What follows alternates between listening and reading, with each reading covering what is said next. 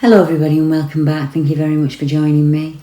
Tonight we're starting Orford in Kent to one of our very early reports, and this came in 1167.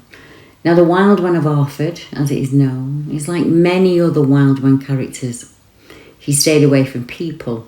He was described as being big and heavy and very hairy. He had human face but no speech. He could only make grunts or cries. Now where the Wildman of Orford is different is that he came from the sea and he was caught in a fisherman's net. Now much later versions will tell you that he had scales and he was part mermaid, but the very original version states that he was hair covered. He was brought to land and he was imprisoned in Bartholomew de Granville's recently built castle, where he was happy to accept raw food and he would squeeze the juice from that before eating it. Fish was his favourite meal, and he wouldn't accept a cup of water, but he liked to drink the fluid that came from the fish. The nobleman, determined to hear the Wildman's story, beat him and tortured him and never got anywhere. All he could utter were grunts and cries, so he silenced the nobleman presumed was an obstinate refusal to divulge his secrets. Realising that torture was bearing no fruit, the Wildman was eventually allowed to exercise in the sea. He was held in a particular area by 3 rows of strong nets which were placed across the harbour. Now with ease the Wildman dived beneath the nets and he appeared in the sea beyond them. But then, to everyone's surprise, he returned and he allowed himself to be taken back to the castle. As time went on, the guards grew less vigilant, and on one occasion he dove under the nets and out to sea, and he never came back. Would it surprise you to know that even in modern times there are reports of hairy wildmen made from time to time? They are often described as caveman-like. These mysterious figures don't really have a well-established name to call them. They're neither modern man nor ape. I've heard them described as troglodytes, cavemen, and even Neanderthals in the past. The witnesses describe a hair-covered figure that looks like a possible explanation for the missing link. Now, I've taken reports from Canada, America, Sweden, Finland, Portugal, UK and Russia, and I suppose what they are is something we just don't know. Are they the result of a time slip, perhaps? Or are they the ghost of an early hominid?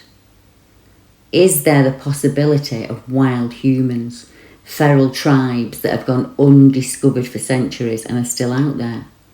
I mean, it wasn't too long ago that reports of troglodytes surviving in the earth underneath London City Underground were made.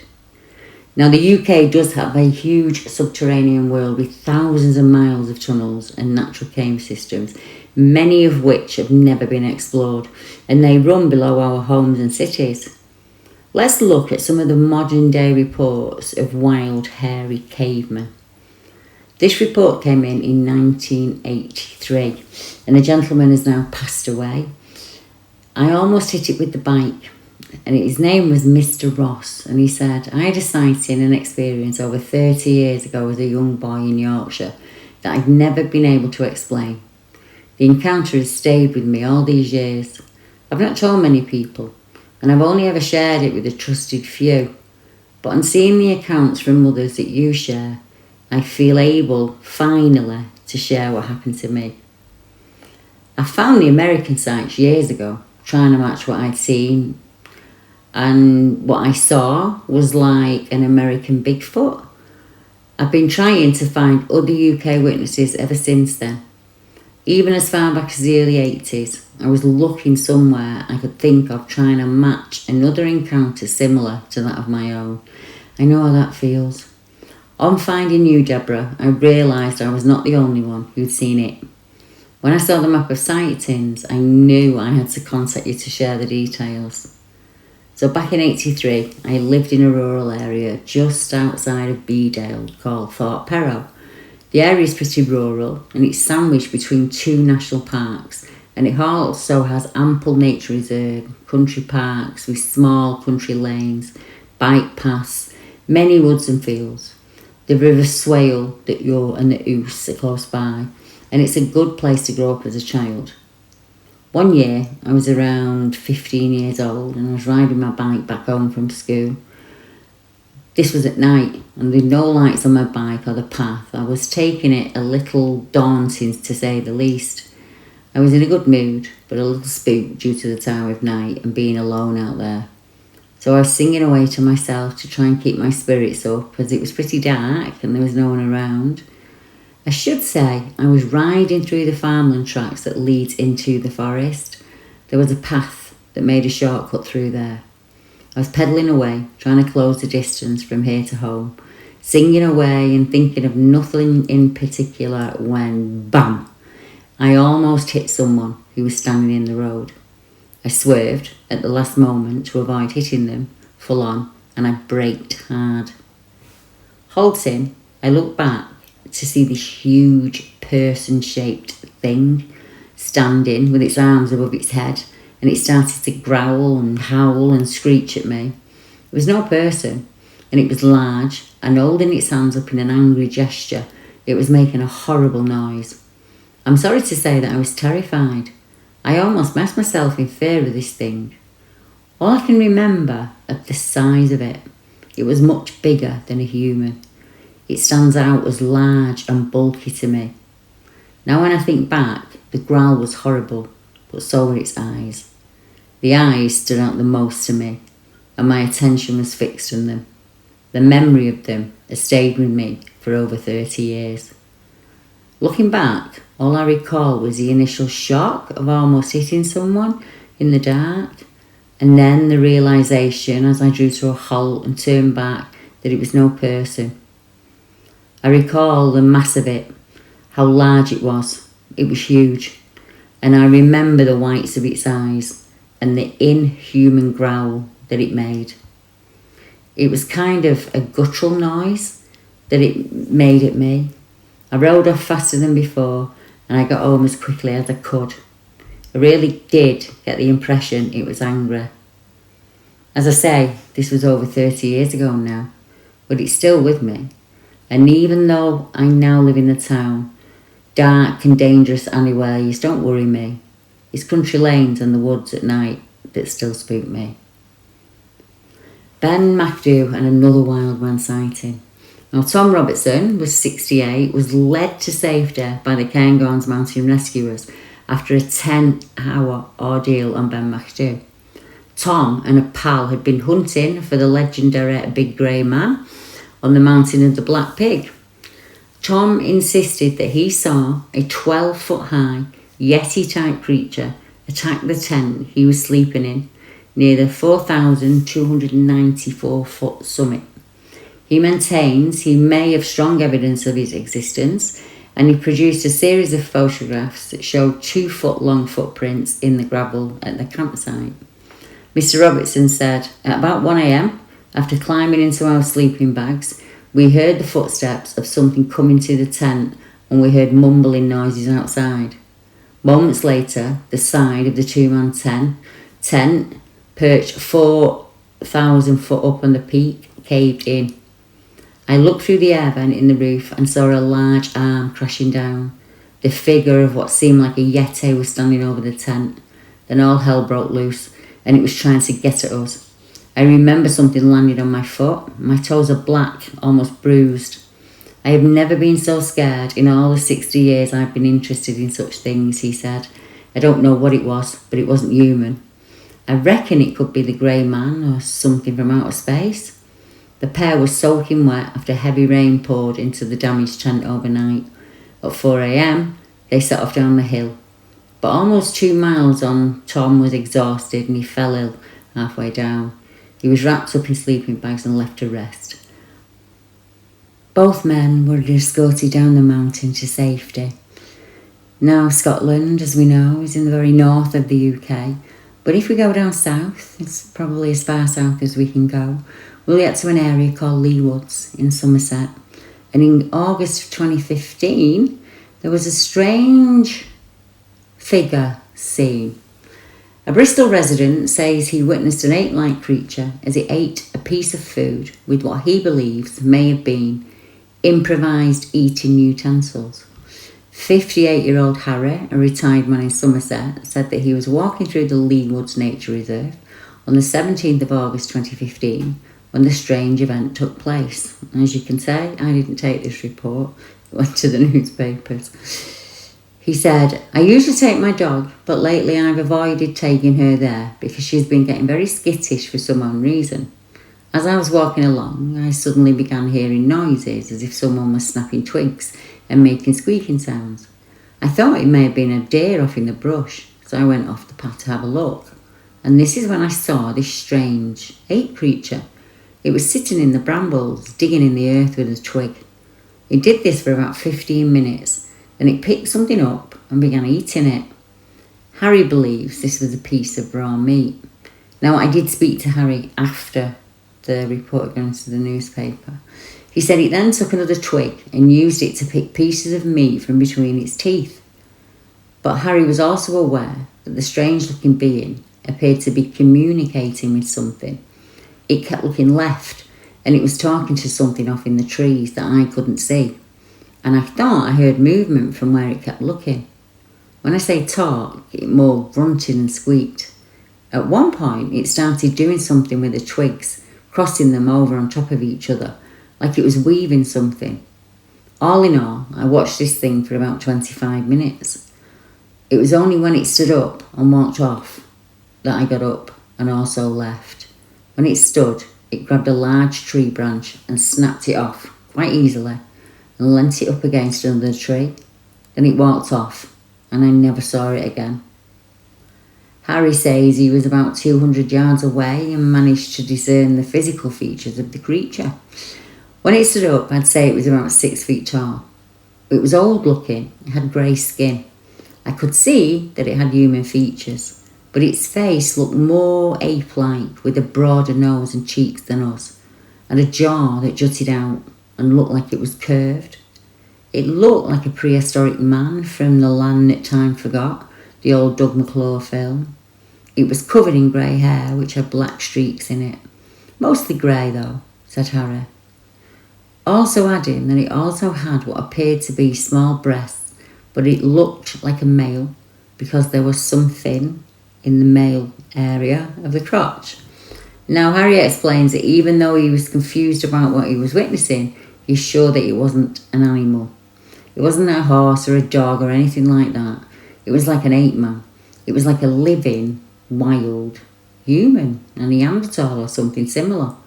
I've heard of Bigfoot, but it wasn't like one of those, like a giant wrestler type thing. I searched for Bigfoot in the UK and I came across your articles on these sightings, so I thought I would share this with you. Harry claims he was not scared or worried because the creature seemed friendly, although he did add it didn't get a chance to see him. A quote from the Bristol Post said, Lee Woods has a reputation for being haunted for some time. Years ago, tramps lived in the woods, favouring the Abbots Lee end and avoiding the Lee Woods part because of its evil reputation. It was said that loud screams could be heard at night. Now, seeing a wild man is a rare event, but seeing them eating is even rarer. But it's not the only case in the UK. In August of 2015, a gentleman named Jeff Knights, who lives in the Bury St Edmunds area, says that he saw a very strange creature in Ofton Woods on August the 14th of that year. He said, I've seen one big cat and several pug marks around here too. And while searching for evidence of large cats, Jeff began hearing primate vocalisations and crashing sounds coming from the thick vegetation. I heard it as clear as day.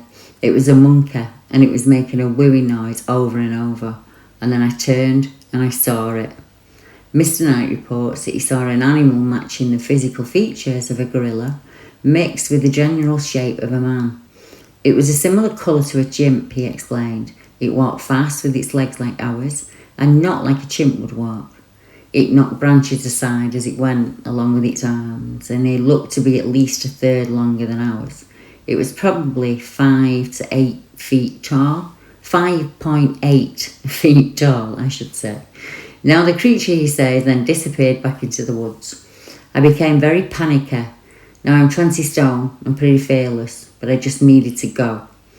I was very confused with what I saw, and that I'm sure about what it looked like, although I'm reluctant to call it a shug monkey.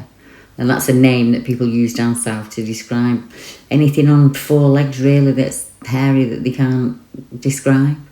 He said, I keep running it through my head. This is England, not the Pacific Northwest. The only other answer would be an escaped ape or a monkey or a gibbon, but it didn't look like them. Mr. Knights added that he also wondered if it could be a man-made hybrid ape. I've worked in those woods for many years, though now sadly not. Anyway, back then I was working as usual. It was a Friday, and the job that day was to cut a ride or a path or a coppice in the trees. I got up through the woods just working as normal, and a feeling came over me very strongly that I wasn't alone. Now I'm 20 stone and pretty fearless, but I just lost it, and I can't explain why. Something came over me, and I just totally lost my nerve. I decided to head out of the woods, and I headed for a clearing. As I went along, I heard as plain as day a monkey making whooping noises. I turned to look in the direction the noise came from, and as I did, I heard an almighty crashing, and I clearly saw, a two-legged thing hurtling really fast. What I saw was something about 8 feet away, and it went across the trail at speed. It used its long arms to knock aside the trees, and was just barging through, making a hell of a racket. All I can say is, it was just like a chimp in colour, but more like a gorilla in build, but the general shape of a man. I just couldn't work out what it could be. I would estimate it had to be somewhere in the range of 5'7" to 5'8" in height. It was broad across the chest and shoulders. It had arms at least a third longer than mine. This thing moved like we move. It was fluid, wasn't bow-legged like a chimp. I have no idea what I saw. No clue. Just a dark, upright cross between a monkey and a human moving at speed across the path. Even now, after this time, I still feel confused. I believe in Bigfoot and the woodwoos and shug monkeys of myth, but seeing one's very surreal. It's like I was watching it play out in front of me, as if it was watching it on a film. But it was real. It was right there in front of me. Well, to the right of me. I can't describe the feeling of seeing one. I am very confused. If we move counties and go to Sussex, we have the wild Wildman that was reported in 1984. The person who made this report said, I've always been intrigued by creepy stories and their power to embed themselves into the local community. Growing up in the 80s, I was obsessed with tales concerning local bogeymen, and one such tale which often spooked me was known as the Leafman. Such a monster was said to haunt an undisclosed section of woodland not far from Halesham, although reports of the creature seem mostly vague. However, one eyewitness said a few years ago that he'd been out with 3 friends at the time, and it must have been around 1984, during a time when it was normal for kids to be out playing in the woods as long as they were home by a certain time. I think at the time they were playing not too far from what I know as Folkington Wood. It was around dusk and we were all lighting a campfire when suddenly, from the shadows, unlike in all good horror films, we heard the snap of a twig. We all sensed that we were being watched, but as teenagers we were brazen and we goaded what was lurking in the bushes to come out and fight. We all armed ourselves with sticks and stones, only to have our eyes met by a horrifying sight. Out of the shadows came a tall, spindly figure, which seemed to be covered in hair, which in turn was matted with leaves. The creature gave off a horrid stench, and its entangled hair you could see 2 burning eyes. As I was sure you can imagine, we were terrified, and we fled, never once looking behind us to see if that monster was in pursuit. Of course, no one believed our story, but as we got older, as most of us except one remained friends, we often spoke about the creature we named the Leafman. People often ask, were we the victims of a hoax? Memories can be hazy, but this thing seemed real and more than just a man in a suit. Oddly, I have another report of a so-called leaf man, but this time it's from Kent, and again it involved a group of youths playing in an area, and they encountered such a manifestation, shall we call it.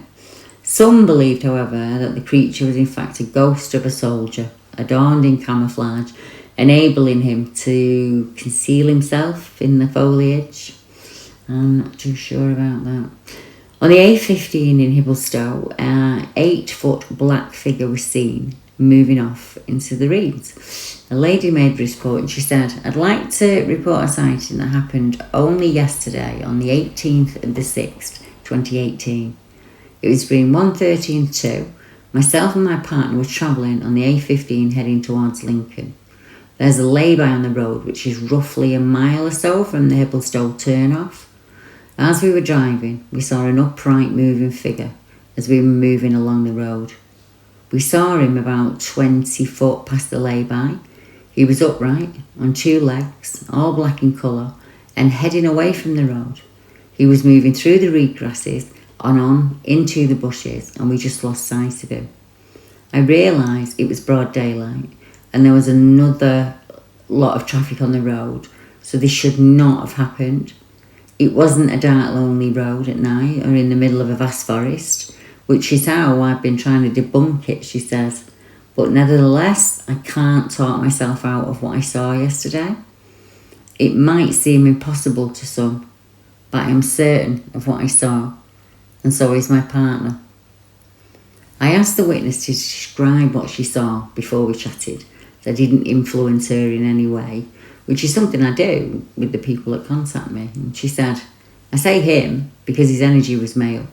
At the risk of sounding like a crazy person, I see aura, I feel energies among other things. His energy continued to intrude into my thoughts for the rest of the day. He knew someone had seen him and he was worried. As for a description, he was around 8 to 9 feet tall. He was dead black in colour all over.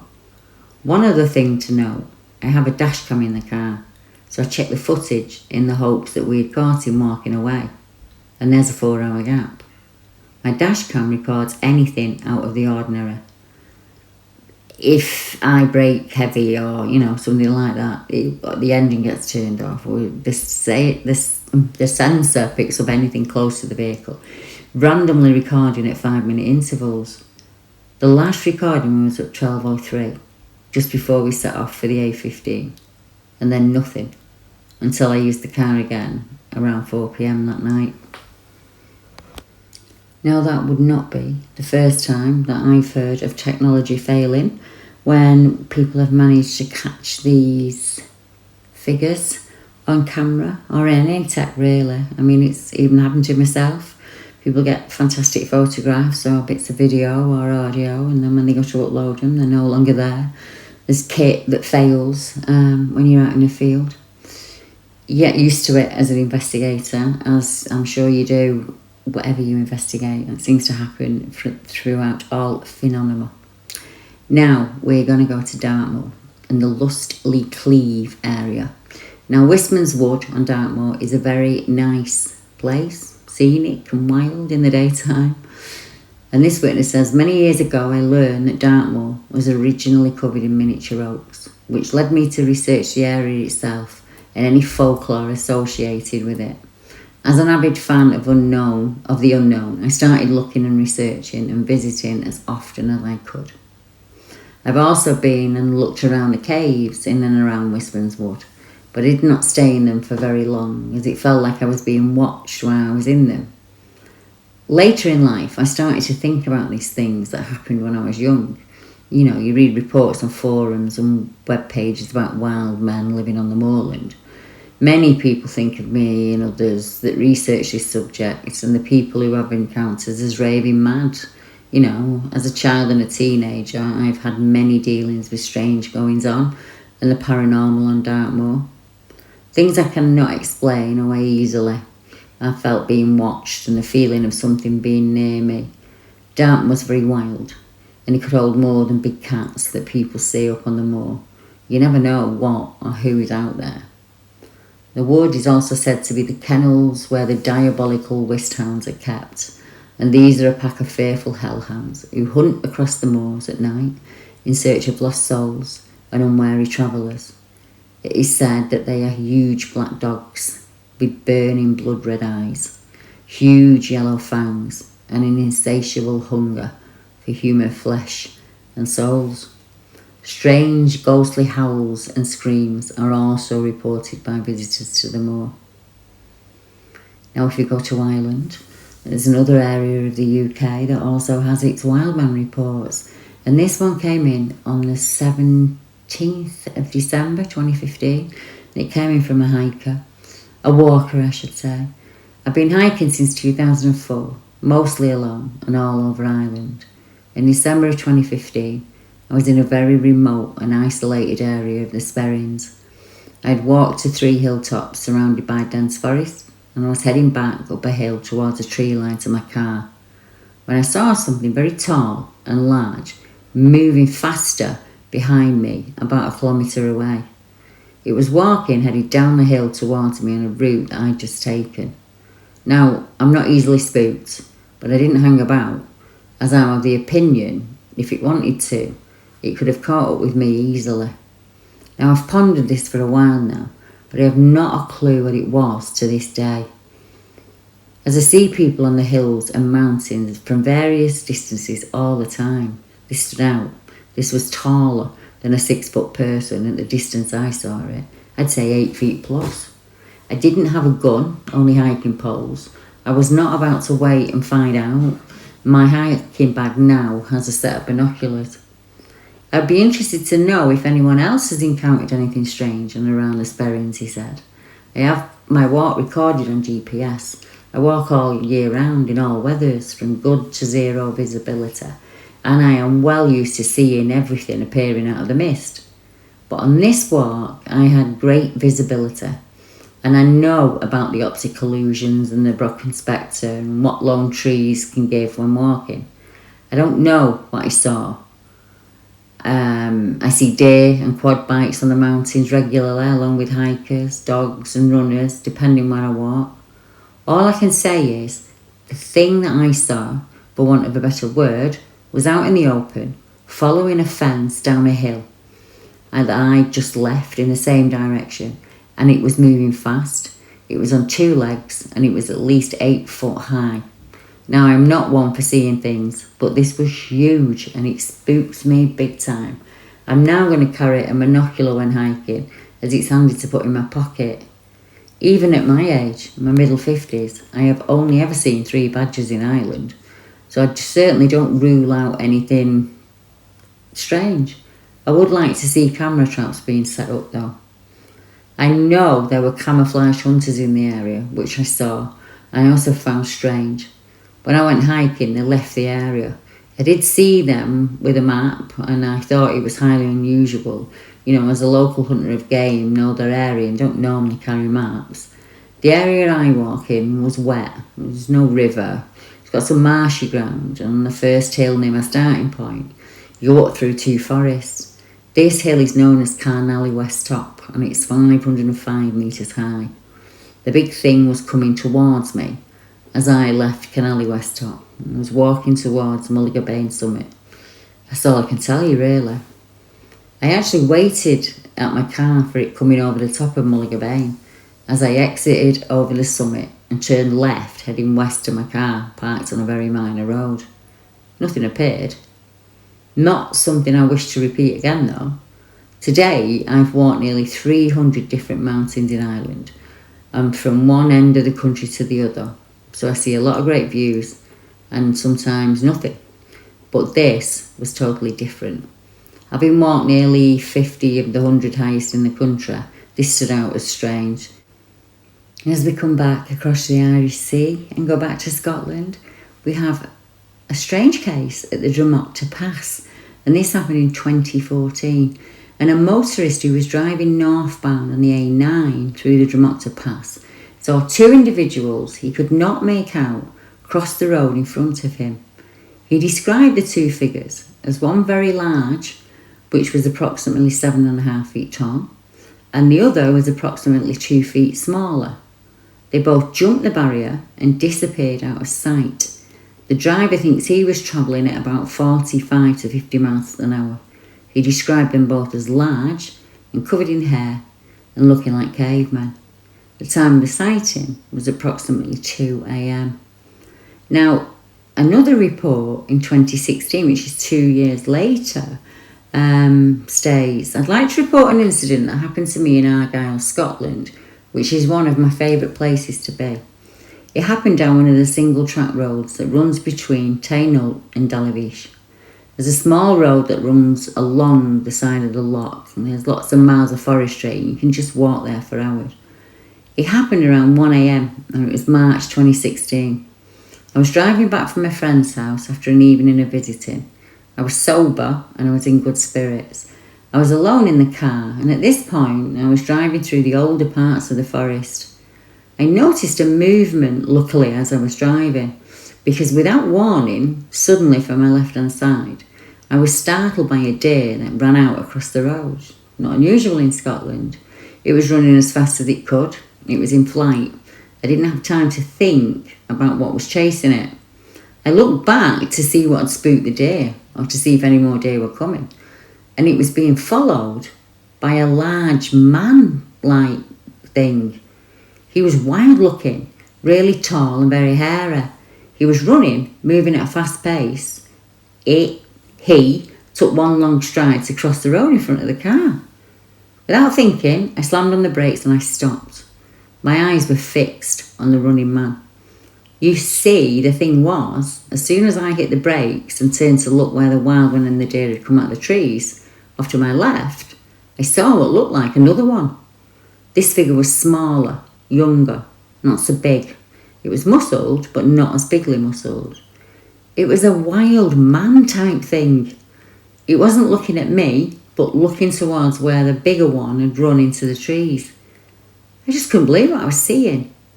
To this day, I still question what I saw that night. I did get a good look at both of them. The moon was out. It was a clear and crisp night. It's not like I could have mistaken them for something else. They looked like two wild men hunting that deer. The first one that crossed over the road after the deer was at a height, I would say, of about 8 feet tall. He had hair all over his body and he was naked. He was clearly male. It was hard to tell the colour exactly at night, but it was dark coloured hair, just like the smaller one. It wasn't a huge road, but even so, its stride must have been at least 6 feet to cover the distance in one leap like that. The way it moved was startling to me. It was fluid and fast. The one on the hill looked smaller and younger, and the eyes were strange. The smaller one looked back at me with reflecting, glowing eyes like a dog's eyes in the dark. The smaller one did not follow the larger man. It backed into the darkness of the trees, and I started to drive off. It really did give me a fright. Now we stay in Scotland, and we go to 1994, and this happened in the Dundonald area. And this is also another case where it's a report of a wild man with glowing red eyes. Josephine Aldridge from England says she will never go up the hill again as long as she lives. And the hill she's referring to is Dundonald Castle. She says, whilst walking on the hill with her 2 Labradors, the dog suddenly went berserk. They started running around in circles and growling and snapping at the air before finally slinking to the ground as far as they could go, with their tails tucked beneath them, crawling backwards in obvious terror. Then Josephine saw, in her words, this huge creature, which appeared some distance to the side of her. She had not noticed it before, and she assures us that it had not been there earlier. She would most certainly have seen it. It did not seem to be solid, as Josephine could see the grass of the hill through its body, but it was covered in longish charcoal-coloured hair. It made no indentations in the grass, and on Josephine's reflection, she said she thought it was maybe ghost-like. Josephine said the thing that struck the most terror was its eyes. It had 2 long slits, which glowed a bright red. It had 2 holes where the nose should have been, and very thick lips. In fact, it was not dissimilar to a gorilla in shape, although it stood well over 10 feet tall on 2 legs. When confronted by the strange sight, Josephine began to pray. The creature, after a few moments, slowly faded out of sight, but the dog's attitude never changed, and the Englishwoman felt sure that the monster was still around. Josephine left Dundallen Hill in a hurry, not too far behind her whimpering dogs. Now we go to the middle of the country, to Cannock Chase, a place we all know well, and this also happened in August of 2015. So I'd see a little bit of a pattern. I live near the Cannock Chase area and I had a real encounter with something strange. I was walking through the chase with my family and they stopped and had something to eat. So I went on for a little explore on my own and I came up by an area where there's lots of downed trees. I saw something really strange out the corner of my eye. I saw something that looked like a person in a Chewbacca costume. I just didn't know what I was seeing. It was really bulky and big. Whatever it was, it stood still, like it was frozen in time. So I shouted in a friendly voice, "What are you doing in a costume out here? Are you stupid?" And the subject was about 250, 300 feet away from me at this point. And I shouted again. The subject turned around and it let off this growl that was like a lion's roar, but it came from inside its body. I just stood there frozen, thinking, that's not a person in a suit. As it turned its leg and it bent to move, the black muscles expanded like a bodybuilder and it began to run away. It wasn't coming at me, it was running in the opposite direction. Whatever this thing was, it had patches of hair or fur missing on its back and on its right leg. I didn't want to chase it, it was huge. And now thinking back on it, you don't know what could happen. I noticed it's home, not mine, and it didn't do anything to hurt me. And that day when it ran off and just got out of sight, I heard a big crash, like it had pushed a tree over, like it was nothing. I still can't believe what I saw. It was a dark colour, like brown, but when the sun hit it, there was a reddish brown colour to it. You could see the muscles expanding when it moved. It had patches of hair missing, like it had been caught on barbed wire, or attacked in some way. But I don't know what would attack something that big. I was close enough to notice it had hair on top of its hands, and the skin was like a greyish-white colour. It moved in a weird way. When it turned to look at me, it moved its head and shoulder at the same time, like it couldn't turn its head without turning its body somehow. I wasn't going to tell anyone about it. I just put it out at the back of my mind, thinking if I told anyone, they'd put me in the loony bin. How would you tell people about this and the fact that the subject growled and grunted as it walked away? I will never forget the sound that it made. That's not the only report of a Wildman in Cannock Chase. Our next report comes from a gentleman who had an experience in 85 when he saw what he described as a large man in a fur coat standing in the trees watching us. And I don't think these are the first lovers that have ever been caught out by a hairy man in the trees. I've taken reports from them. He says, when I turned the car lights on, it ran deeper into the trees. He was very big and it did look as though he was slouched over in some way, like leaning forward. The side of him, as I saw him through the trees, looked like a bodybuilder. I didn't hear anything on the night. It was strange that not even when he moved through the trees, there was no noise. I never knew there were strange things happening over the chase until some of my friends mentioned it about a year or so ago. This happened to me close to the German cemetery at Cannock. Now, as we know, Cannock Chase has a multitude of reports and we could go on about them all night. But another area of the UK that also has a multitude, I'm in a bit of a word disco tonight, a multitude of cases is the North East. And Weardale is no exception. Now, 2011, this report is from, and it says, I received this sighting from a lady named Kate, and she's a founding member of a paranormal group in the north of England. Now, it happened in September of 2011. The group were planning a night at Weardale Forest, and now that's commonly known as Kill Oak Woods because of the Kill Oak mine. Now, the area's always been classed as haunted. You get tales of strange lights, screams in the night. They were originally intended to set up a base camp and stay in the woods over 4 nights over a long weekend. On the first night, the group heard one single loud knock off to the west of them. They were hoping for ghostly interaction, so they asked the usual questions. They received no more knocks or anything unusual or anything like that for the rest of the night. So they settled into bed and went to sleep. About an hour or so later, they heard a blood-freezing scream, as she says it, coming from deep in the woods. The whole group got up and looked around. They didn't see anything unusual. There were no other people in the woodlands, and the night was silent.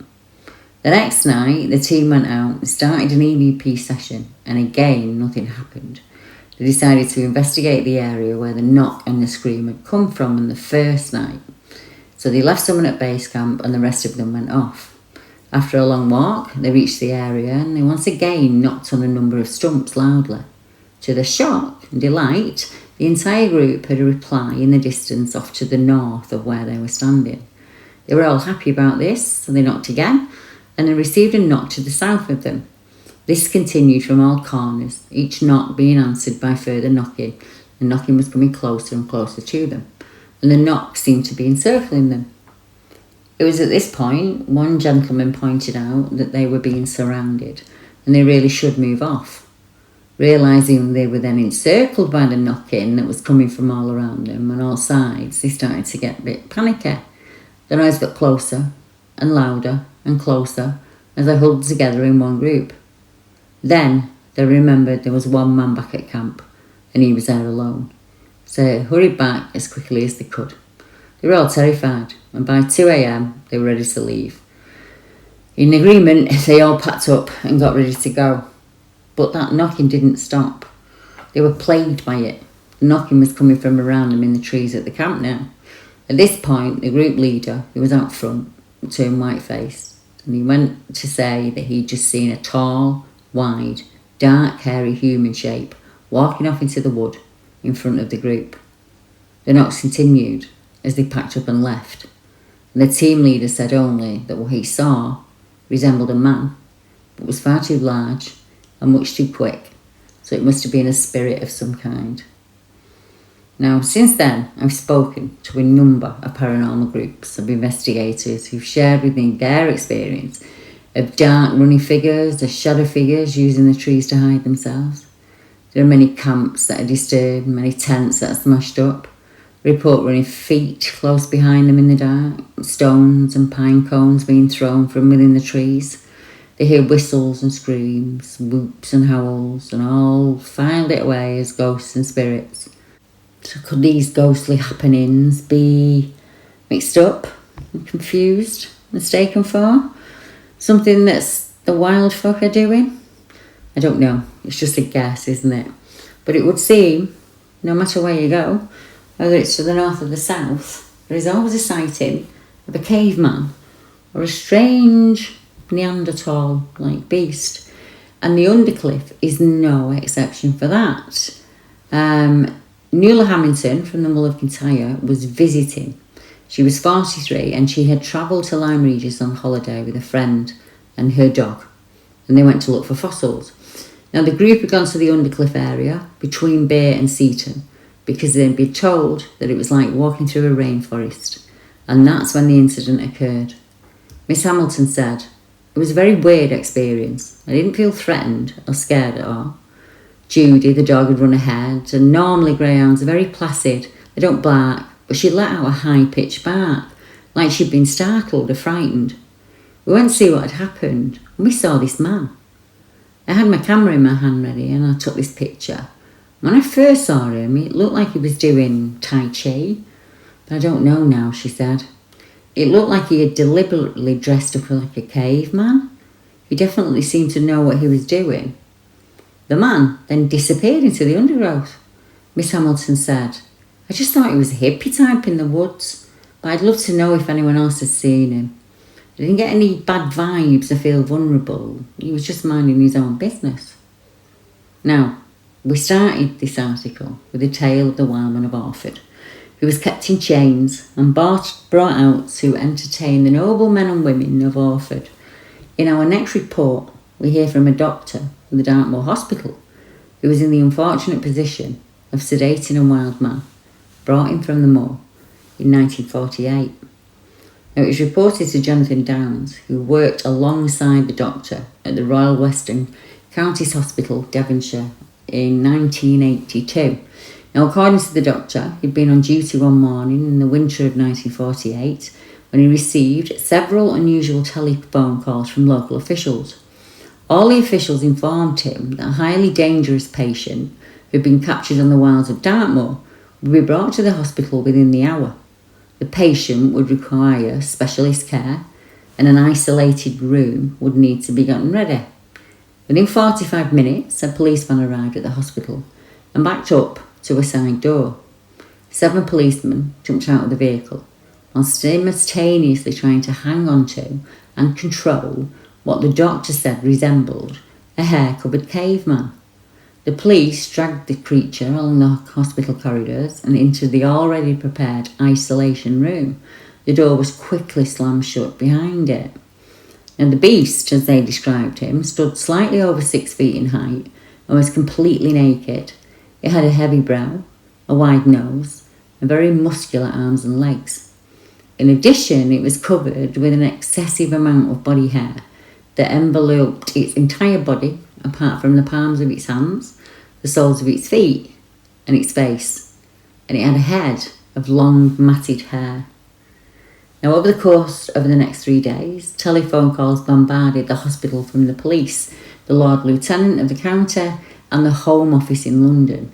Then came the news that the man-beast was being transferred to a secure location in London for examination. Again, late at night, the caveman-like beast was removed from the hospital by the same group of policemen. This time, however, they succeeded in holding the thing down long enough for it to be heavily sedated by the doctor, whereupon it was tied with powerful straps to a stretcher and loaded again into a police wagon with an unidentified doctor in attendance for the journey that lay ahead. Less than 20 minutes after they arrived, the police departed into the night and the creature was gone forever. Strangely, many years later, a prisoner staying at Her Majesty's pleasure in the prison there saw a wild hairy man catch a bird and eat it when he was watching the moor one evening. In 2016, I received an email from a gentleman whose brother was in prison. He was housed in Dartmoor jail and his cell looked out onto the B3357 road that was close to the prison itself. It has a small wooded area adjacent to it. Now, Dartmoor still has a misplaced reputation for being a high security prison that is escape-proof.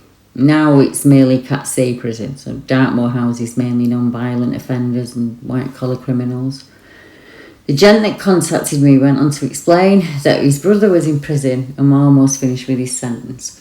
He'd received a number of home leaves, and on the one this previous weekend, which would be January of 2016, he seemed even more reluctant to return than he had on the other day releases.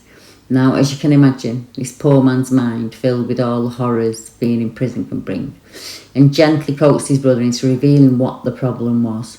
Expecting to hear about a violent attack or some bullying by the other prisoners, he couldn't quite believe his ears when his brother told him what had happened. He went on to explain that from his cell he can see 2 small wooded areas out over the moors, which in a sense had enabled him to really appreciate the beauty out there, and he would watch the woods constantly for something to do at first, really, but then he learned the habits of the birds and the woodland animals, and he would eventually come to revel in watching the wildlife. Even in the autumn and winter, there had been lots going on out there to keep him occupied.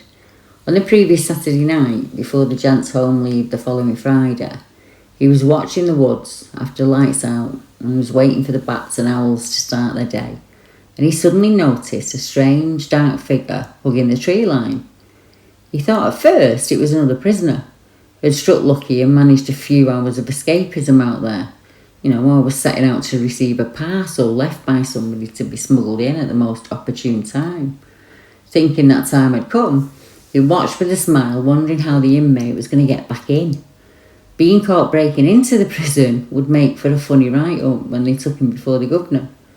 As he watched the dark human-shaped figure move up and down through the wood, he realised the person was looking up into the tree branches and not down on the floor as you'd expect. As the cloud shifted, the figure was suddenly illuminated by the moon, and the prisoner that was looking for contraband looked like a wild, hairy man who was really thick and muscle-bound. And as he watched the figure, he picked up a stick from the ground beside him. The figure hurled it into the tree. The prisoner watched as a small animal or bird fell down from above and was quickly pushed into the mouth of the hairy, naked prisoner. As you can imagine, the gent was horrified at this scene, and he blinked and adjusted his eyes as quickly as possible, but the figure was gone. He watched those woods all night in case the figure returned, and he did so every day until he got a slight reprieve when he came home. Taking him back was one of the hardest things I have ever had to do, his brother said. Thankfully, he only has 3 weeks left, but I better watch that wood every night until then. Bob.